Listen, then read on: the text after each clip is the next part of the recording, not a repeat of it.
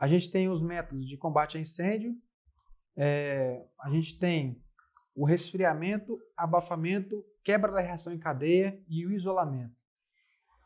A gente tem, lembra do triângulo do fogo? Que a gente tem os 3 elementos necessários para que a gente tenha a combustão? Pois é, a gente vai atuar para fazer o combate através desses 3 elementos.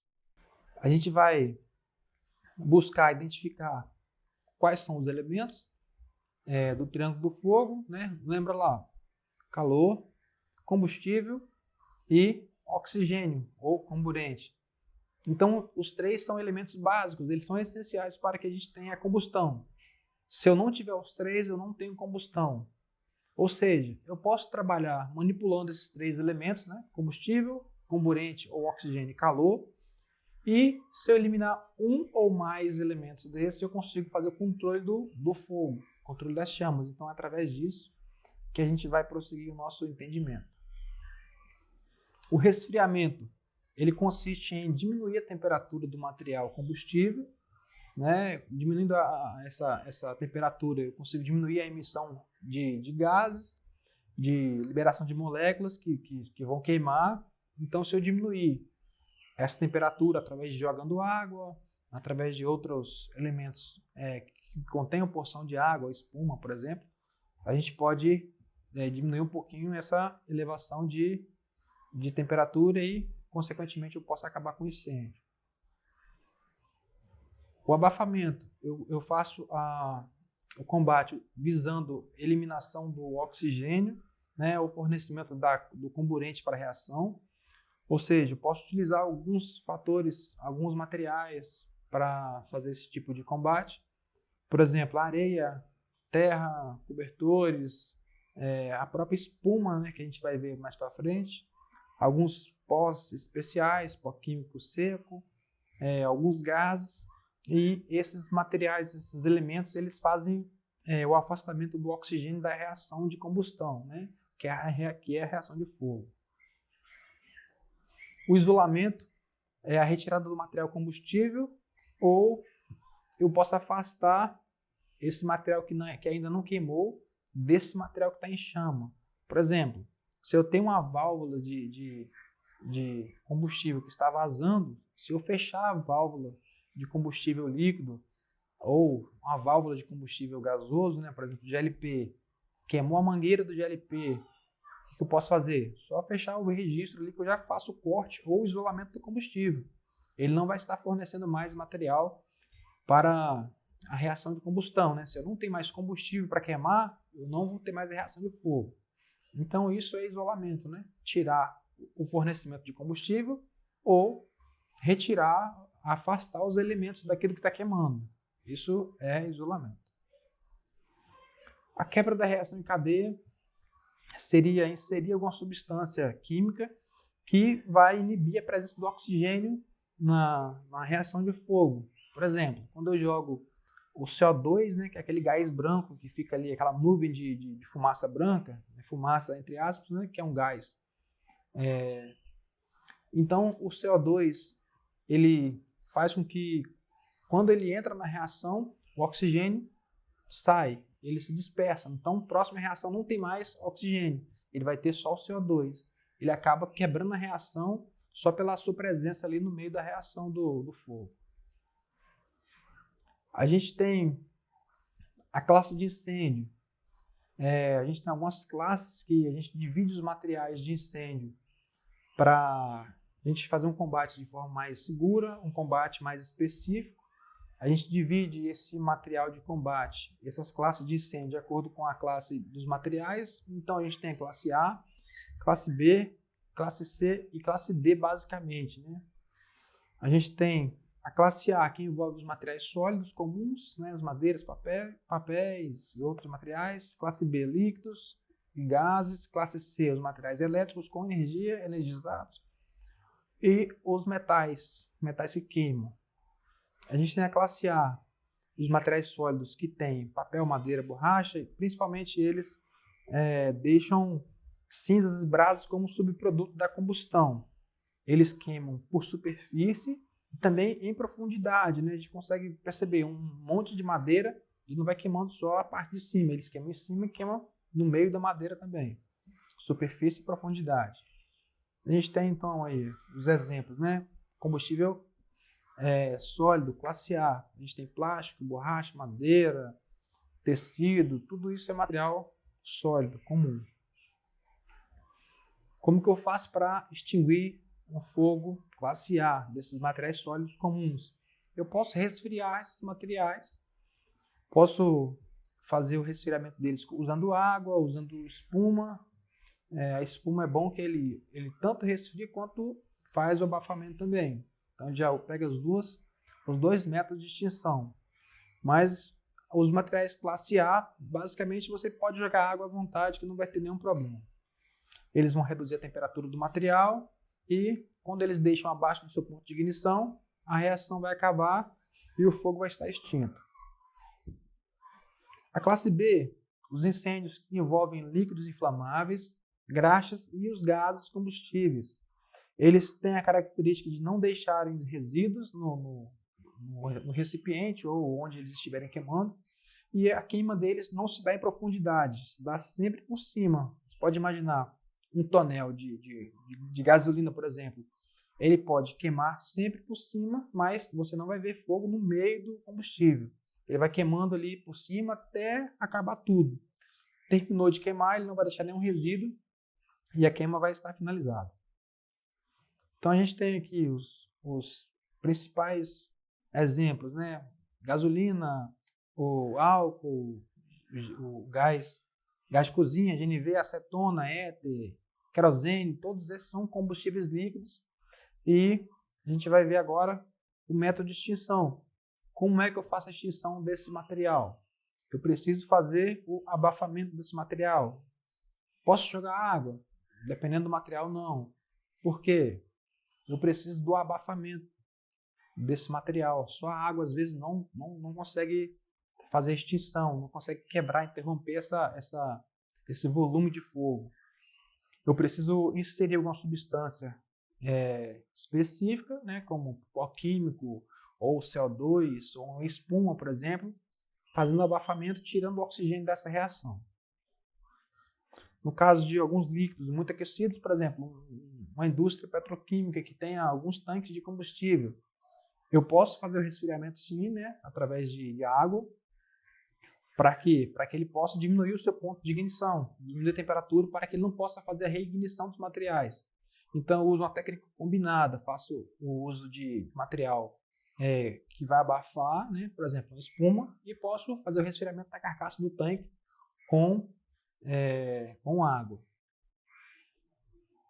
Temos também um incêndio classe C, que são incêndios que envolvem materiais energizados, que têm energia, e uma característica muito importante é que esse tipo de incêndio ele oferece um risco de vida muito grande para o seu trabalhador, para quem está ali tentando combater, para quem está tentando fazer o combate. Por quê? Geralmente na área industrial a gente não trabalha com tensões ou voltagens pequenas. A gente não tem ali 12 volts ou 127. Geralmente a gente tem tensões maiores.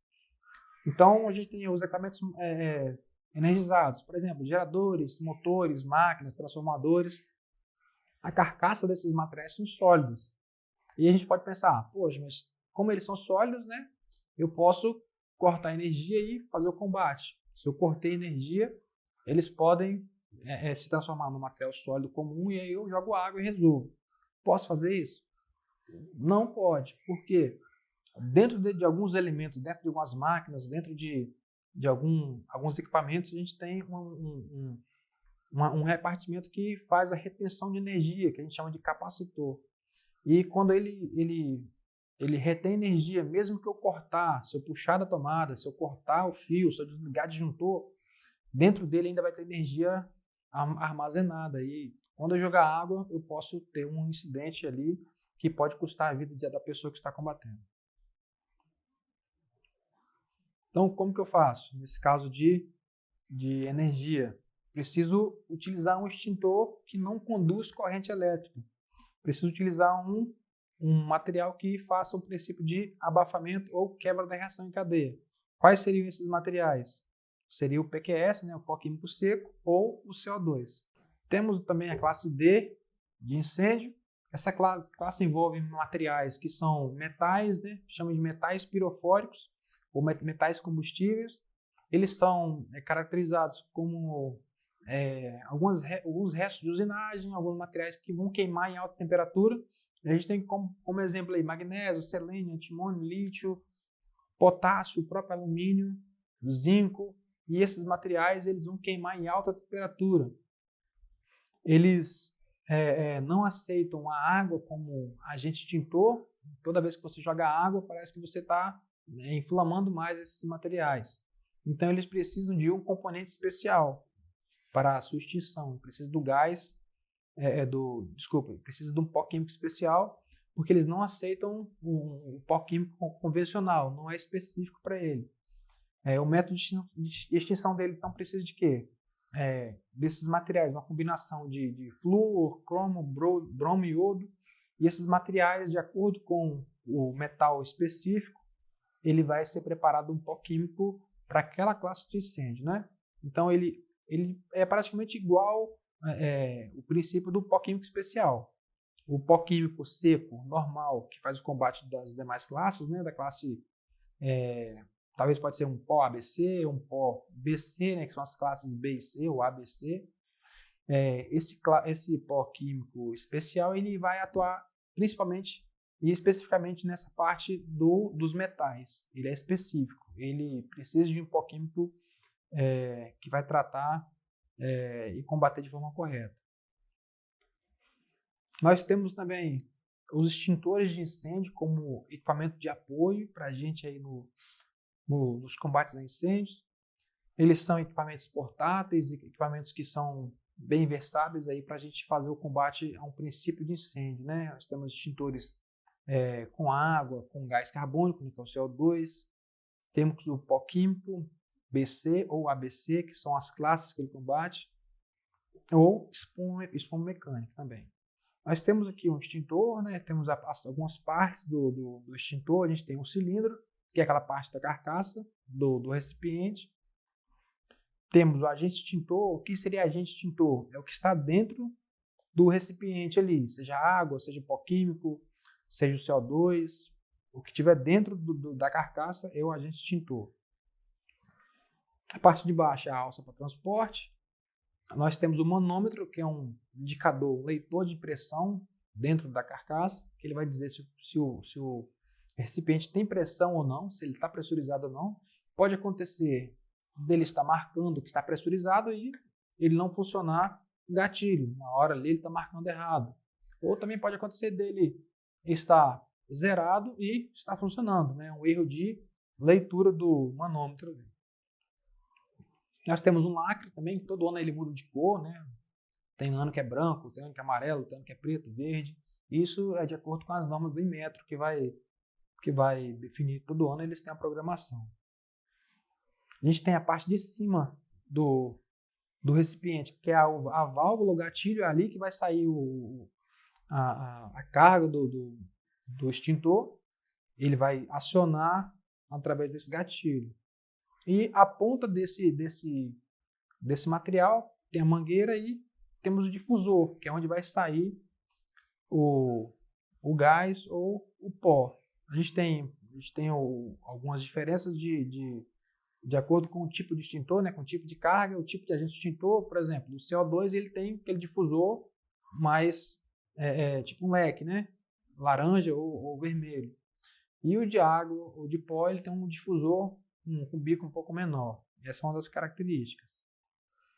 Extintores de incêndio, então, eles são recipientes metálicos que eles têm dentro dele um agente extintor e eles têm a função de quê? De combater um princípio de incêndio, né? Eu não preciso de um extintor para combater um grande incêndio. Eu estou com um problemão, estou com um incêndio generalizado, um incêndio muito grande e eu vou chegar lá com um extintorzinho de água. Não vou conseguir resolver. O extintor é para quê?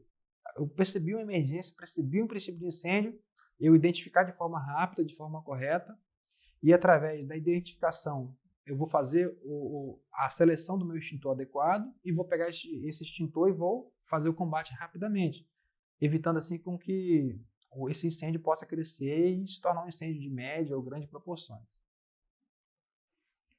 Eles podem ser portáteis ou sobre rodas, né? A gente tem extintores pendurados na parede ou no chão, em algum suporte, ou também alguns extintores maiores, né? Que geralmente vem em postos de gasolina, em áreas que tem maior risco, né? Área de embarque e desembarque de aeronave. E a gente tem esses extintores maiores sobre rodas que eles suportam a carga maior, porque eles estão mais pesados, né?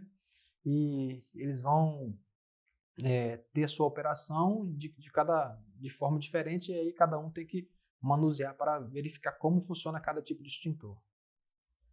Então a gente tem ali os extintores sobre rodas, extintores portáteis, para a gente fazer a extinção de princípio de incêndio. Nós temos também o rótulo, que é pregado no extintor, que ele vai trazer algumas informações para nós, né, no caso que vamos combater. Ele traz para a gente ali, no caso, quantos quilos tem o extintor, né? A carga dele, se é litro ou quilo, qual o tamanho, né? Qual a capacidade dele. A gente tem também a capacidade extintora, que a gente tem 5B, 10B, 20B, é um ensaio normativo que é feito, e quanto maior essa capacidade extintora, mais eficiente é o extintor. Ou seja, resumindo, quanto maior for aquela capacidade extintora, mais rápido ele vai extinguir o incêndio. A gente tem também ali pregado a classe que combate, né? Classe B e classe C, que nesse caso aqui são líquidos inflamáveis e materiais elétricos. E um modo de utilização que vem logo embaixo, dando as orientações para que a pessoa faça o combate de forma correta.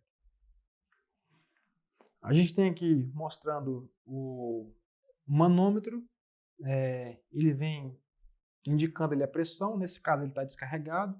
Se ele estivesse na faixa verde, ele estaria em operação, né, com a pressão adequada, e se ele tivesse com a carga bem mais um pouquinho ali, ele estaria com a carga completa.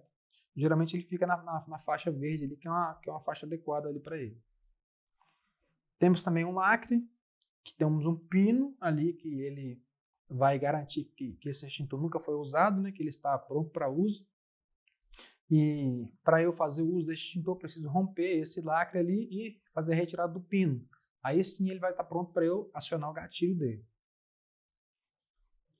E como que eu vou utilizar esse extintor de forma correta? Esse combate ele precisa ser feito a favor do vento, né?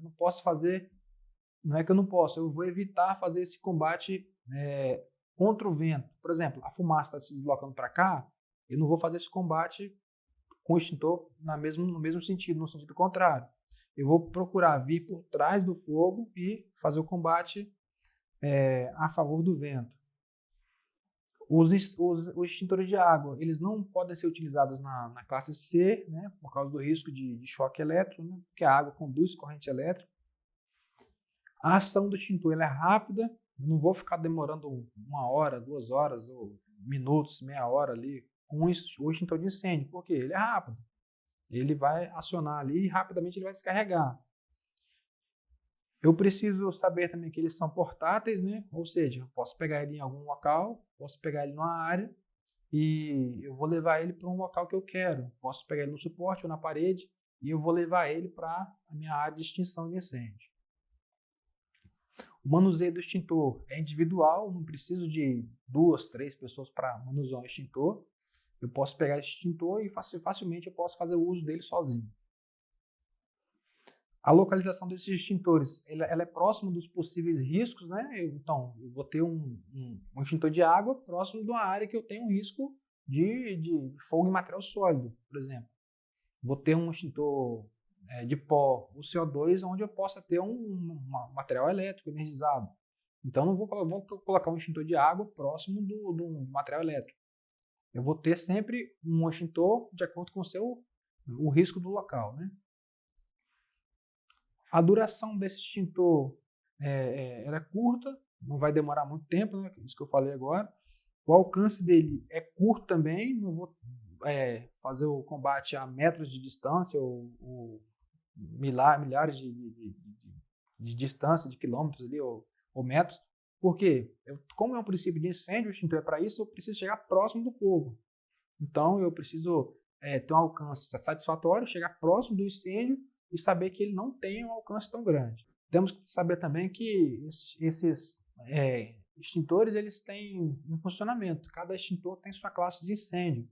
Então, eu vi um extintor na minha frente, eu vou pegar esse aqui, esse serve para tudo. Não, eu tenho que saber identificar qual é a minha classe de fogo, né? Qual é a classe de incêndio, para eu fazer o uso correto do extintor. Não, os extintores não servem para todas as classes, né? Porque é vermelhinho, está pintado ali, está ali do lado que eu vou pegar esse extintor e vou fazer o combate. Não. Cada extintor tem a sua classe de combate. E outra característica do extintor é que ele não protege o usuário do calor irradiado, ou seja, quando eu tenho água, mangueira na mão, eu consigo formar um leque ali de água que ele consegue me dar um respaldozinho ali para evitar um pouco do calor.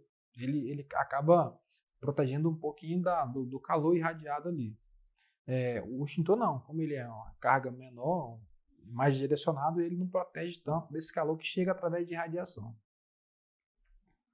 Então a gente tem aqui a imagem do exemplo, né, dando o combate aqui sempre a favor do vento, né, sempre que possível, que vai ter algumas situações que eu não consigo fazer esse combate a favor do vento. Vai ter situação que vai ser exceção, mas sempre de preferência fazer o combate a favor do vento. Em alguns casos eu não consigo fazer o combate com extintores, né? Posso iniciar o combate ali, só que não deu conta, não consegui extinguir, ou quando eu percebi já estava um pouco mais avançado o fogo e eu preciso fazer a utilização de água, né? Claro, em materiais que a gente pode jogar água. Então a gente vai fazer o uso de mangueiras, né, através do sistema de prevenção, sistema hidráulico, sistema com caixa d'água, com bomba, com mangueiras, esguicho, todo o sistema preparado para isso já. E dependendo do tamanho do fogo, eu vou precisar jogar um pouquinho de água. Para isso a gente usa as mangueiras. E nós temos que ter alguns cuidados com essas mangueiras. Nunca pressioná-las contra equipamentos pesados, né? Colocar muito peso em cima, vão passar algum equipamento pesado em cima da mangueira, porque ela trabalha sob pressão e se ela tiver pressão no ponto específico, ela pode romper.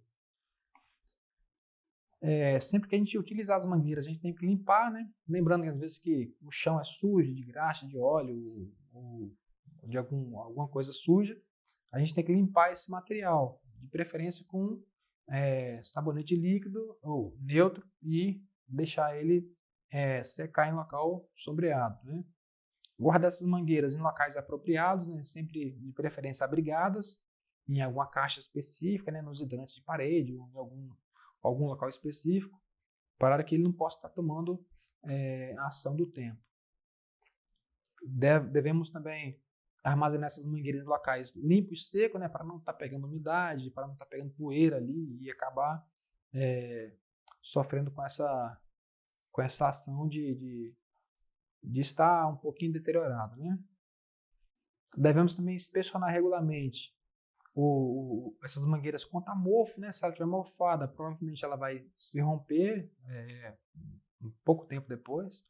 E se ela começar a descascar, deteriorar, se tiver algum furo, a gente precisa verificar isso e já providenciar a substituição desses materiais. E as conexões das mangueiras, né? Aquela parte da extremidade de metal, ela não deve ser jogada sobre o chão. Por quê? Como ele é um metal, ele tem uma facilidade de empenar um pouco, de perder a sua forma. E como ele é um material de engate rápido, a gente chama de junta estosse, a gente tem uma dificuldade de encaixar essa mangueira quando ela está empenada ou está suja. Então eu devo verificar se essa mangueira está limpa, né, as conexões, e evitar de jogar. Toda vez que eu jogar e cair, ela vai ficar tomando pancada e vai empenar. Na hora do combate eu vou ter dificuldade para fazer a conexão dessa mangueira ali e vai atrasar o meu combate também. Nós temos a possibilidade de, com a mangueira, fazer alguns tipos de jatos, né? Pode ser um jato sólido, ou posso fazer a ampliação desse jato, através de neblina, de jato compacto, posso fazer um jato mais neblinado, mais aberto ou mais estreito, e eu posso estar variando isso aí de acordo com a regulagem do meu esguicho. Nós temos também sistemas fixos de combate a incêndio em algumas áreas de risco, né, através de CO2, de espuma, algumas redes, tomadas, para a gente fazer uma prevenção em áreas que têm maior risco. Por exemplo, a gente tem uma área petroquímica, a gente tem vários recipientes que armazenam gás. Lá vai ter aquele detector de calor e, dependendo da radiação que chega, se ele identificar um calor excessivo, ele vai acionar o quê? Um sistema de contenção que vai ser, por exemplo, um dilúvio. Ele vai jogar água ali para resfriar os tanques. Ou um ambiente que tenha materiais eletrônicos que ele percebe o aumento de temperatura e ele pode jogar o CO2, o gás ali dentro daquele ambiente para que ele possa evitar o princípio de incêndio. Então, a gente tem esses sistemas fixos de combate e contenção a bordo. Nós temos também os hidrantes, né, que são parte desse sistema de água, sistema de caixa d'água, de distribuição de água na plataforma e em outros locais industriais. Eles têm as conexões próprias para encaixar a mangueira de forma rápida também e os registros para abrir a água. E esse canhão ele pode ficar posicionado no lugar para jogar água de forma fixa através do uso de água e também acoplar o LGE, que é o líquido gerador de espuma, que ele vai gerar a espuma através da mistura com a água ali e ajudar também a combater de forma mais organizada conforme o meu princípio de incêndio, se for abafamento, né? Eu vou ter um combate mais específico e mais eficiente.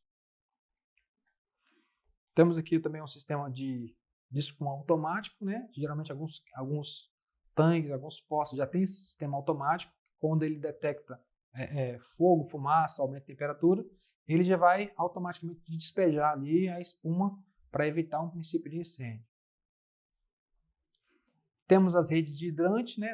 As redes de combate a incêndio de água, as tubulações, elas são por norma vermelhas, pintadas de vermelho.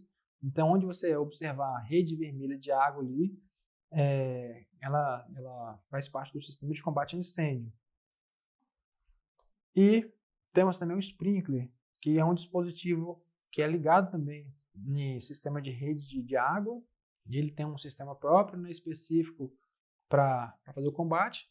Ele é ligado nesse sistema de água e ele funciona identificando também a temperatura. Se ele atingir a temperatura dele, ele vai romper e ele vai, de forma localizada, fazer o combate. Mas vamos ver um vídeo sobre a ação do sprinkler sobre um incêndio. Cada um destes dois conjuntos é formado por 12 pallets com caixas de papelão contendo copos plásticos de poliestireno. Incêndios desse tipo são caracterizados pelo rápido alastramento do fogo. À medida que o incêndio se espalha, a taxa de liberação de calor aumenta exponencialmente.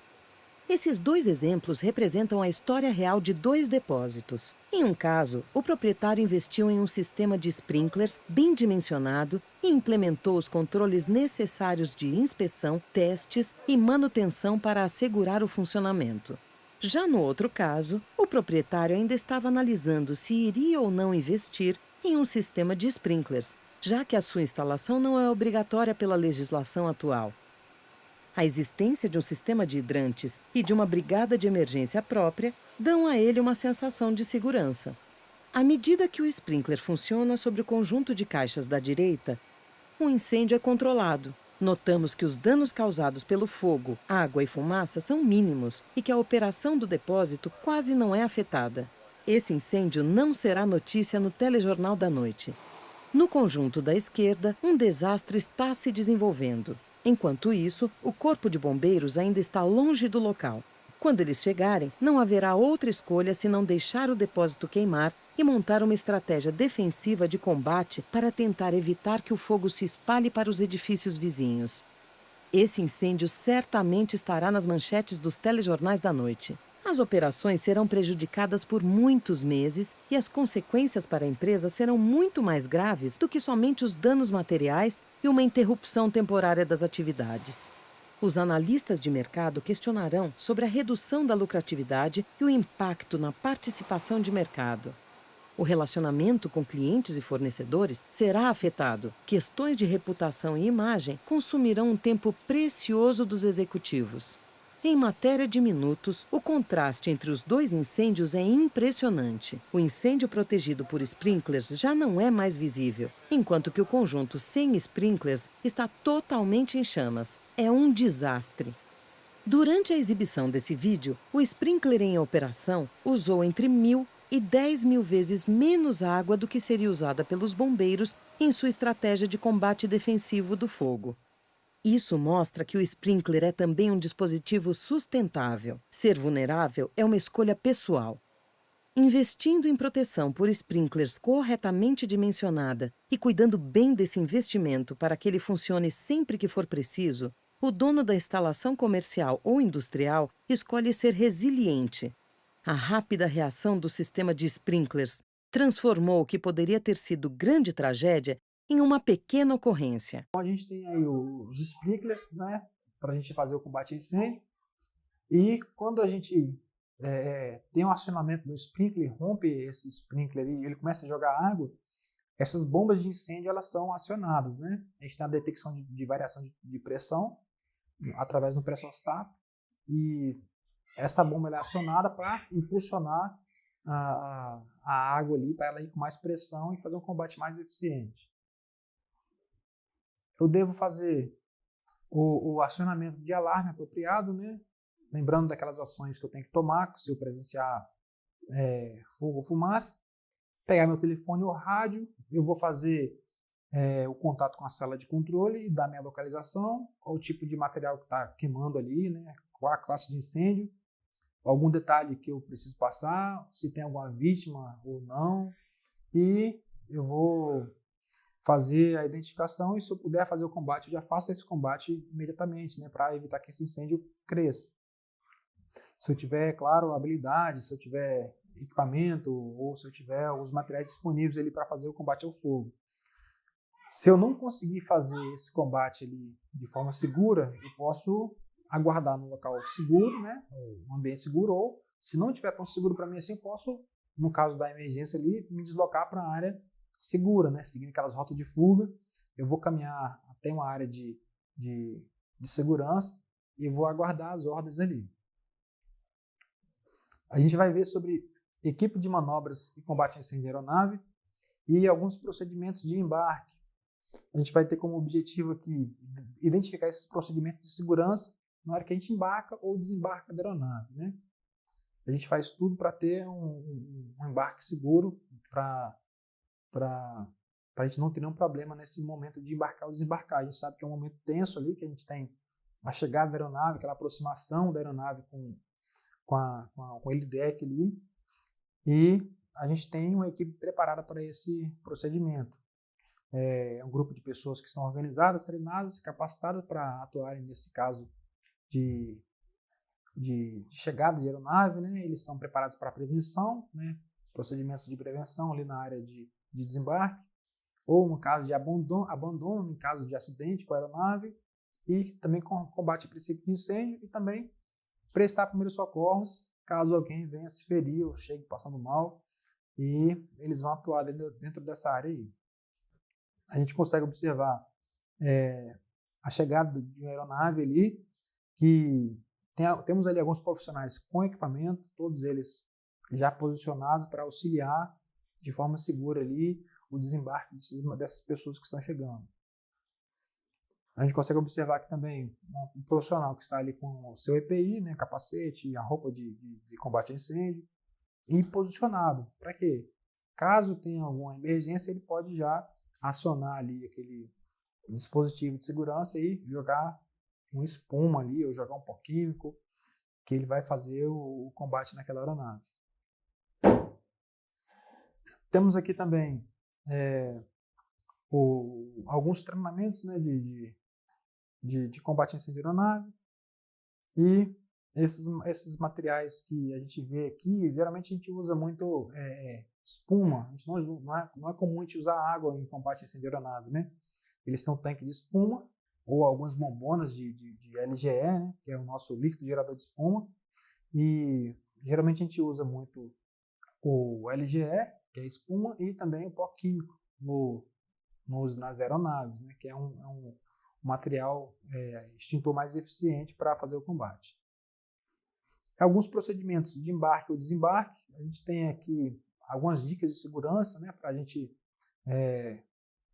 não chegar e sair de forma insegura. E a gente vai ver agora. A gente tem a tripulação do helicóptero ou a agente de lançamento ali, vai guiar esses passageiros até o helicóptero, né, dando autorização para chegar próximo do helicóptero ou não, tem que aguardar as ordens. Sempre que se for se aproximar, lembre-se de se abaixar um pouco, né, ficar um pouco encurvado, porque algumas aeronaves elas têm a hélice um pouco baixa, né, e tem as áreas de aproximação também. Então, lembre-se um pouco de abaixar e ficar curvado. Esteja ciente também de que artigos soltos, bolsas, jornais, essas coisas não são legais de a gente andar com isso dentro da aeronave, né, que pode ter algum balanço e esse material cair e acabar distraindo ali, atrapalhando as pessoas. Para uma aproximação segura, não pode correr, evite correr na área de próxima à aeronave, porque ele tem uma rede de proteção, né, para a segurança da aeronave, e se você perder o controle ali, você pode cair e acabar causando um acidente. Então, vai de forma tranquila, de forma segura, não precisa de correria.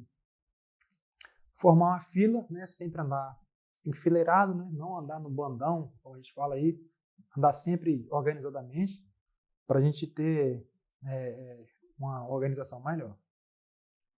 Não se aproximar quando a luz anticolisão estiver acesa, né, ou preciso daquela autorização, ó, pode chegar, pode se aproximar. Quando eu tiver essa autorização, eu me aproximo da aeronave. Tendo como referência a tripulação, eu lembro de